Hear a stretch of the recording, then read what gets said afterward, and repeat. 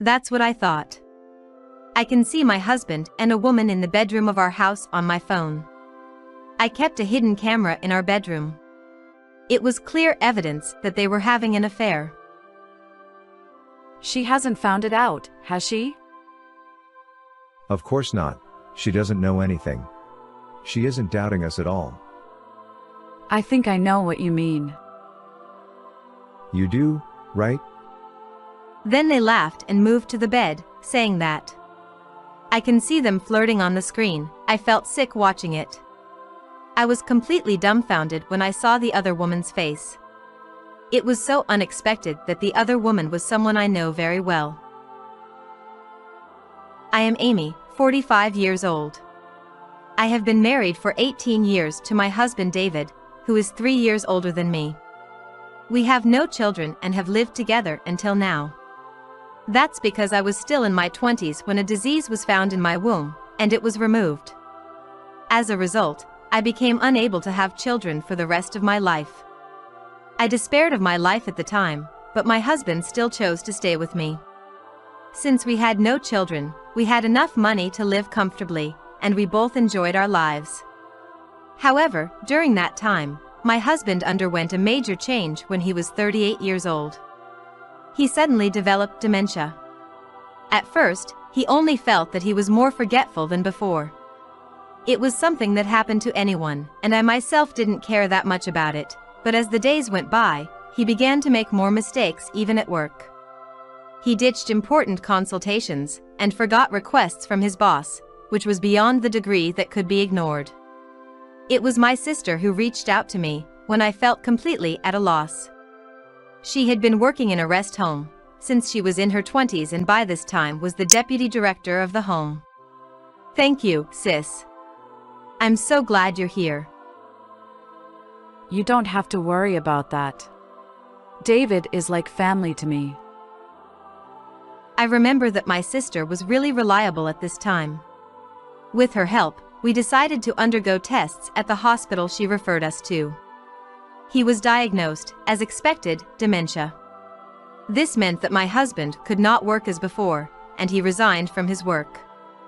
I worked hard every day to make up for his income. Fortunately, we received regular help from a caregiver sent by the rest home, where my sister works. Because of that, I kept climbing the career ladder and now hold the position of section manager. Hey, Amy. How is David doing? Is there anything you're having trouble with? No, the caregiver is helping me a lot and so far so good. I'm glad to hear that. After all, he's my sister's husband and I've been worried since I introduced the caregiver. Thank you as always. Even though she was in a busy position as the deputy director of the home, she came to check on him from time to time. She was the one who worried about my husband, David, most. But I didn't realize what she was really thinking when she came to see him like this.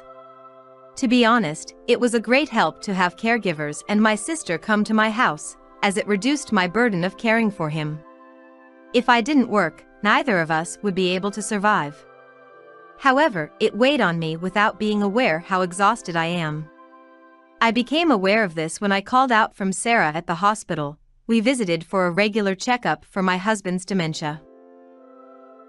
Are you okay, Amy? Hi, Sarah, long time no see. Yeah, it's been a while, but leave it aside. Have you been sleeping well lately? You look pretty tired. Yeah, I do feel tired these days, but I have to work. That may be true, but you only have one body, so don't overdo it. That's my advice as a nurse. I know. If you tell me something like that, then I'll have no choice but to take your advice. Oh, by the way, we've had a new doctor recently, and the doctor specializes in dementia. I think you might like consulting with that doctor. Oh, is that right? But that's not all. I'm sure you'll be surprised when you see that doctor. Oh. Look, the person talking to the patient over there. Okay, I need to get going. See you later. Hey. I wanted to ask her what she meant by being surprised, but she left in a hurry. But it is also true that I was worried about what I should do from now on. So I decided to take the plunge and talk to the doctor. Looking at them, the doctor seemed to be a woman. Excuse me. I was startled when I saw her looking back at me after I spoke to her nervously. It was Maria, who was my classmate and a close friend of mine in high school, just like Sarah. Hey Amy. Long time no see. I couldn't believe that you were the doctor that Sarah was talking about. I was also surprised when I first heard from Sarah about your husband. You must have gone through a hard time. Yeah, but now I'm being supported by various people and managing it somehow. But don't push yourself too hard. Sarah told me the same thing. You've always tended to push it too far, Amy. While we were talking about the olden days, my husband returned after the examination. I then introduced him to Maria once again.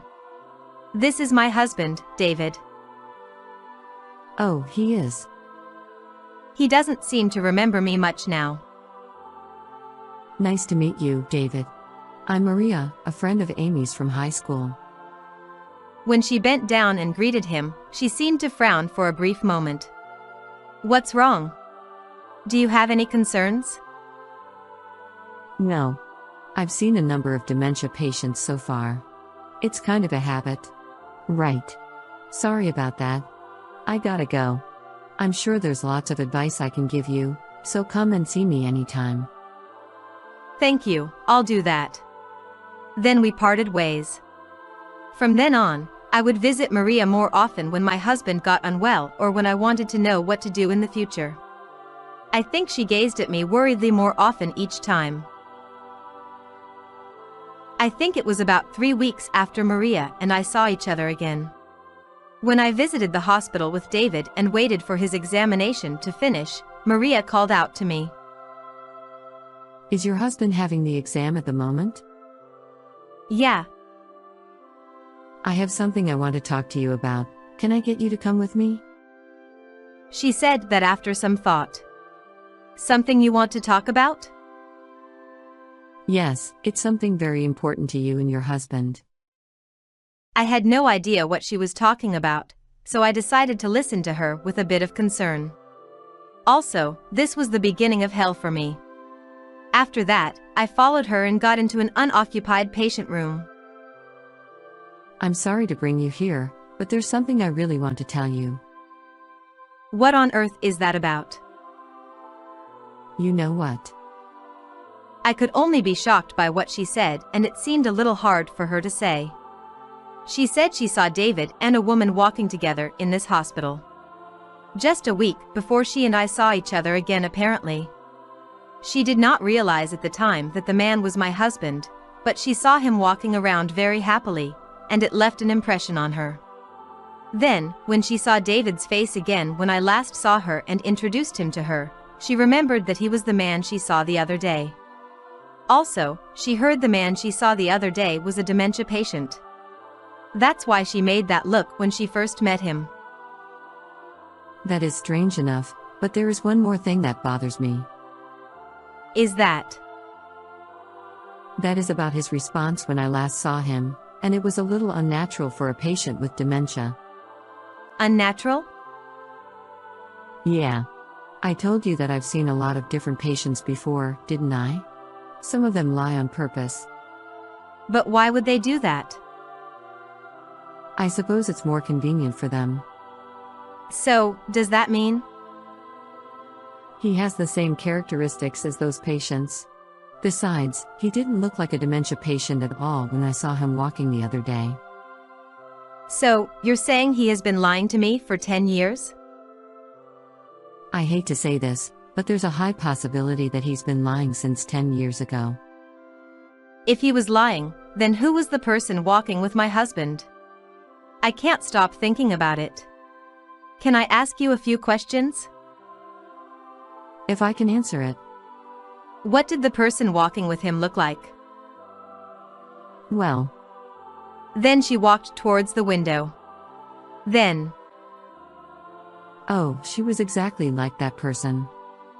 She shouted at me, and I couldn't stay still, so I headed for the window. I looked under the window and saw my sister standing there. Sis. What? Your sister? Yes, that's my sister. Was it really my sister you saw?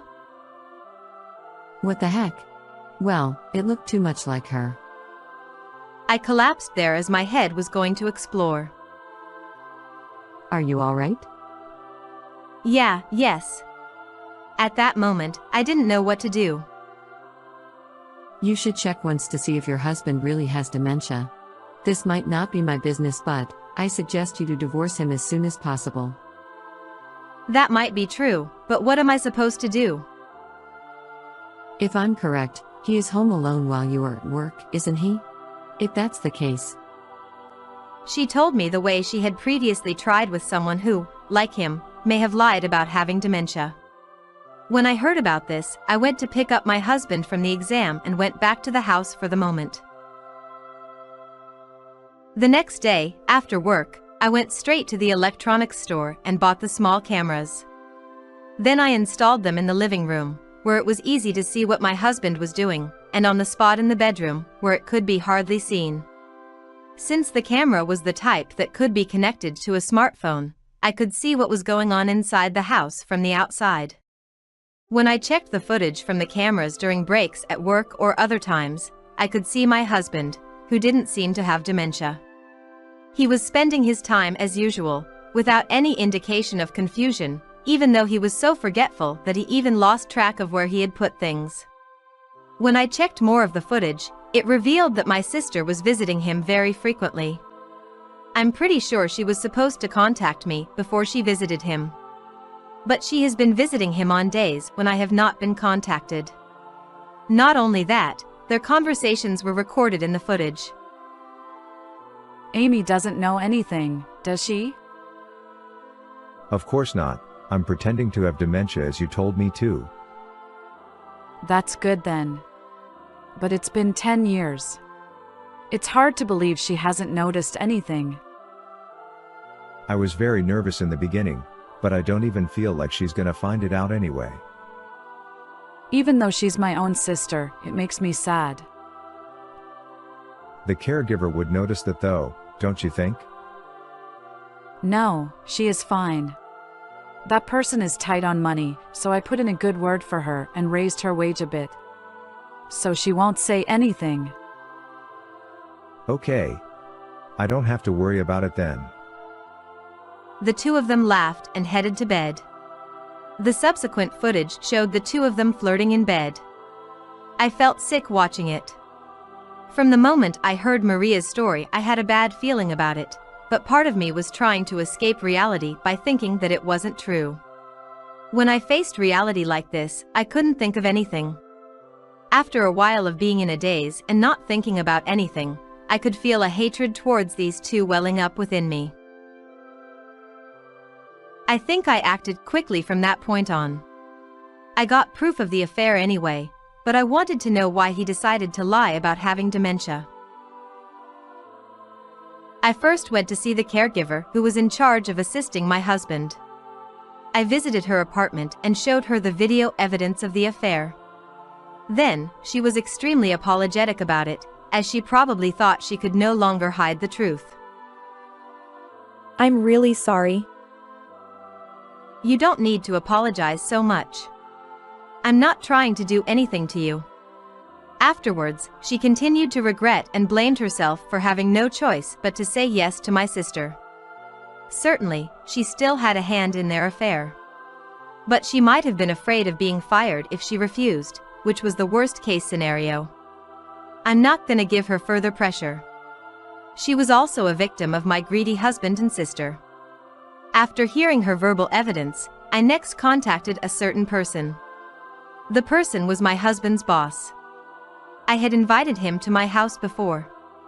We had exchanged contact details at that time and I thought I could talk to him. Then I happened to know that my husband had trouble at work before he was diagnosed with dementia. After that, I was able to obtain various verbal evidence which led me to consult a lawyer and end up getting in the middle of a secret meeting between my husband and my sister. On the day, I lied and said I was going to work as usual and met up with the lawyer. I then waited for my sister to arrive. I confirmed with the video that they were heading to the bedroom as usual, and then stormed into the scene. The two were unable to escape and were flabbergasted at what had happened. "How dare you've been lying to me all up until now, David. I heard you made a pretty big mistake at work. Your boss told me about it." How did you? "I heard it directly from your boss, obviously. I can't believe you did this because of that." Well, that can't be true. "I've also talked to your friend. It seems that you were relying on my money. And I can't believe you're cheating on me with my sister." Wait a minute. I apologize for lying, but she seduced me. I rejected her at first. "Even if that's true, you accepted it in the end. It's too late to make excuses now." Then, my sister, who had remained silent until then, opened her mouth. She seemed quite nervous. Hang on a minute. You were the one who first asked me how to get Amy to support me. Don't blame others. After that, the two of them continued to curse at each other. I couldn't stand this farce forever, so I interrupted their conversation. "That's enough. I don't have time for any more of this bullshit between you two. I no longer could stand this situation where two of them were here. Oh, I forgot to mention that I'm having a lawyer look at what's going on." David and my sister said, "Are you kidding me? Didn't you notice? We're on a video call right now." Just wait. Okay, Amy, chill out and talk. "I don't have anything more to say to you two. Get out of here right now." Then I chucked their clothes out of the window. I kicked them out of the front door and locked the door. They kept ringing the doorbell or banging on the door, but they quieted down after telling them to call the police if they carry on. Over the next few days, they came to my house, but I ignored all of them. They were so persistent that I decided to put the house on the market. As soon as my husband was diagnosed with dementia, the ownership of the house changed to me. Fortunately, the current house was close to the train station and I would soon find a buyer, apparently. After that, I told Maria about what's happened so far and decided to stay at her house temporarily. It was tough, wasn't it? I can't believe that my friend's husband was lying. Yes, but I wouldn't have known about this without you. Thank you, Maria. I didn't do anything. You don't need to thank me, Amy. It's usual to help friends anyway. So, what are you gonna do from now on? I'm thinking of finding a new apartment and settling down there. Oh? What about the house you're living in now? Oh, I've already put it up for sale. Have you? Are you happy with that? I don't mind. Now my husband has no place to go back to and he can do whatever he wants afterwards. Then I was able to divorce my husband. Of course, I demanded compensation for his affair with my sister and for deceiving me for 10 years. Obviously, this is revenge. It doesn't matter if my husband is capable of paying or not. There is more to it though. My ex-husband, who divorced me, is apparently living with my sister. My sister had just divorced a few years ago, so it was good in a sense. However, their happy life ended soon. My sister has always liked exciting things since she was a child. With her personality, she might have enjoyed the situation of adultery, where it could be exposed at any time. Now that I think about it, my husband was probably a victim of my sister. However, that doesn't mean I forgive him. Besides, even if my husband did leave her, there would be no place for him to return now that the house was sold. He has no parents to rely on and nowhere to run away. Despite all this, only the compensation money remains. I don't feel sorry for them, of course, because they asked for it. Rather, I really don't care what happens to the two of them in the future, but they wasted a valuable 10 years of my life. The only thing I'm grateful to my ex-husband for is that I was able to get promoted and have enough money to live without inconvenience. Enough to live on my own. After that, I now have a cat. He is my new partner from now on. Also Maria, who stays single, visits me frequently at my new apartment. From now on, we can enjoy our lives as women together, I suppose. What did you think of this story? Please subscribe to our channel. See you in the next video.